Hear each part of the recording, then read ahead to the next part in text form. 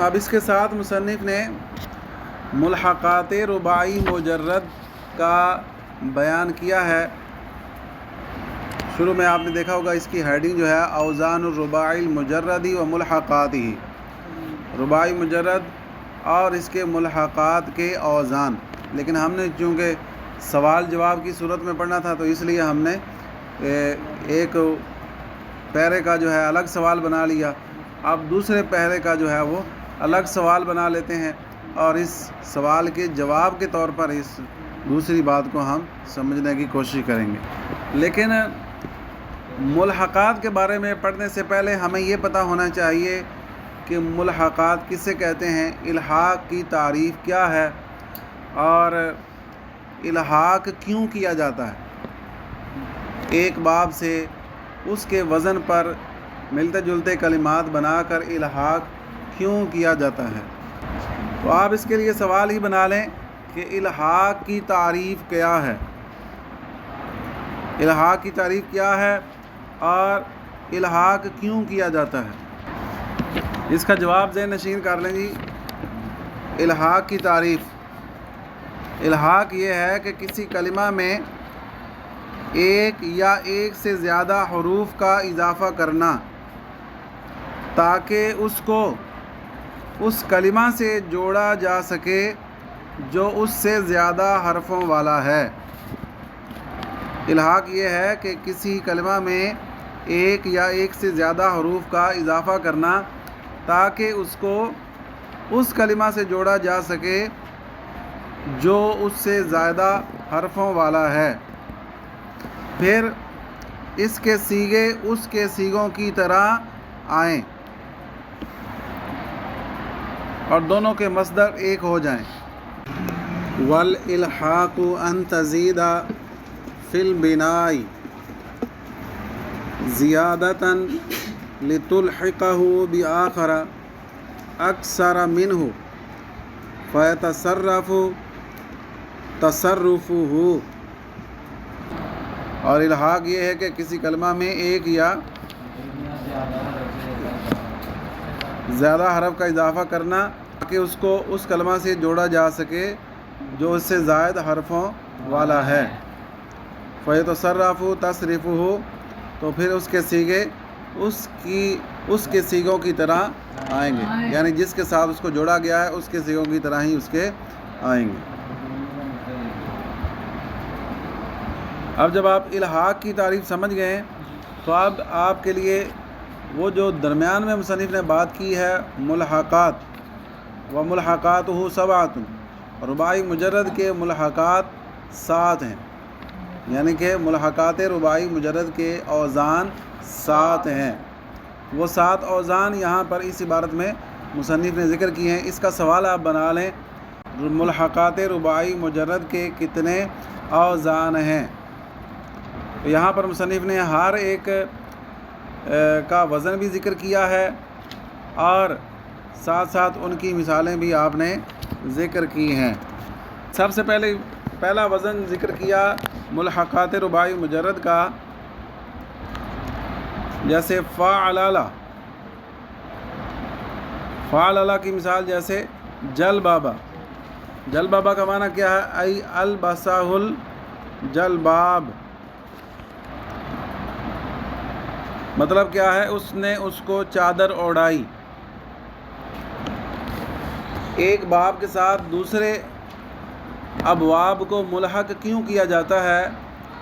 اس لیے کہ زیادہ جب ایک کلمے میں حروف زیادہ ہو جاتے ہیں تو پھر معانی میں بھی اضافہ ہو جاتا ہے۔ یہ حروف کی زیادتی معنی کی زیادتی پر دلالت کرتی ہے۔ تو عرب میں، کلام عرب میں جب ایک لفظ سے زیادہ معنی حاصل کرنا مقصود ہوں، اسی کے وزن پر الحاق کیا جاتا ہے، ملایا جاتا ہے، شکل و صورت ایک کر دی جاتی ہے لیکن حروف کا اضافہ کر دیا جاتا ہے تاکہ ہمیں ایک لفظ سے زیادہ معانی حاصل ہو سکیں۔ جیسے آپ دیکھیں کہ یہ جو پہلی مثال ذکر کی البسا، البسا بر وزن فعلل، تو معنی کیا ہو گیا اس کا؟ البسہ الجلباب، کہ اس نے اس کو چادر اوڑائی، تو معنی بھی زیادہ ہیں، حروف زیادہ ہیں تو معنی بھی زیادہ ہیں۔ پھر دوسری مثال ہے اس کی فعل، دوسرا وزن ملحقات رباعی مجرد کا دوسرا وزن فعل کا جورب، صرف اتنا کہیں گے جوربہ، معنی کیا ہوگا؟ ای البسہ الجورب، ای البسہ الجورب، اس نے اسے موزہ پہنایا۔ تیسرا وزن الثالث فعل،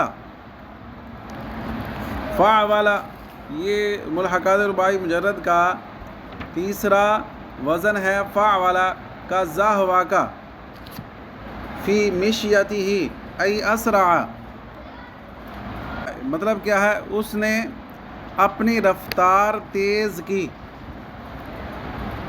اس نے اپنی رفتار تیز کی۔ الرابع چوتھا وزن ہے فعل، یہ آپ نے جب لکھنا ہے تو ایک ایک لائن میں ایک ایک آپ نے وزن لکھنا ہے، ٹھیک ہے؟ 7 نمبری کے دیتے جانا ہے کہ ملحقات رباعی مجرد کے یہ باب آتے ہیں، یہ اوزان آتے ہیں، تو آپ اس وزن کا نام لکھیں گے، ساتھ اس کی مثال لکھیں گے، پھر اس کا معنی لکھیں گے۔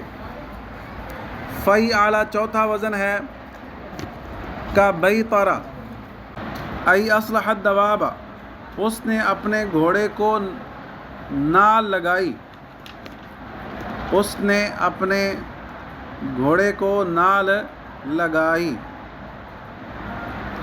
الخامس فعل، پانچواں وزن ہے ملحقات رباعی مجرد کا فعل، جیسے کا شریفہ،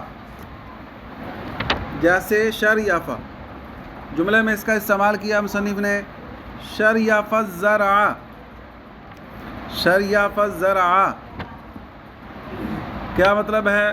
قطع شریانہ، معنی اس کا نوٹ فرما لیں، مطلب یہ ہے اس نے اپنے کھیت کی زائد گھاس کو کاٹ دیا، اس نے اپنے کھیت کی زائد گھاس کو کاٹ دیا۔ السادس چھٹا وزن فعل، فعل کا سلقہ، جیسے سلقہ، سلقہ بر وزن فعل۔ اذا استلقى على ظهره، مطلب کیا ہے؟ وہ اپنی پیٹھ کے بل لیٹا، اذا استلقى على ظهره، جب وہ اپنی پیٹھ کے بل لیٹے تو کہتے ہیں سلقہ، معنی کیا ہوگا؟ وہ اپنی پیٹھ کے بل لیٹا۔ السابع فعنل، ساتواں وزن ہے فعنل، جیسے قلنسہ، قلنسہ البسہ القلنسوۃ، کہ ملحقات رباعی مجرد کے 7 ابواب ہیں۔ نمبر 1 فعلل، نمبر 2 فعل، نمبر 3 فعول، نمبر 4 فعل، اور نمبر 5 فعل، نمبر 6 فعل، اور نمبر 7 فعنل۔ آپ دیکھیں جیسے میں نے آپ کو عرض کیا تھا کہ اگر ایک ہی فعل سے زیادہ معنی حاصل کرنے ہوں تو پھر حروف کی تعداد بڑھا دی جاتی ہے، حروف کی تعداد بڑھا کر اسے کسی باب کا ہم وزن کیا جاتا ہے، تو اسی عمل کو الحاق کہتے ہیں، اسی عمل کو الحاق کہتے ہیں۔ اور جس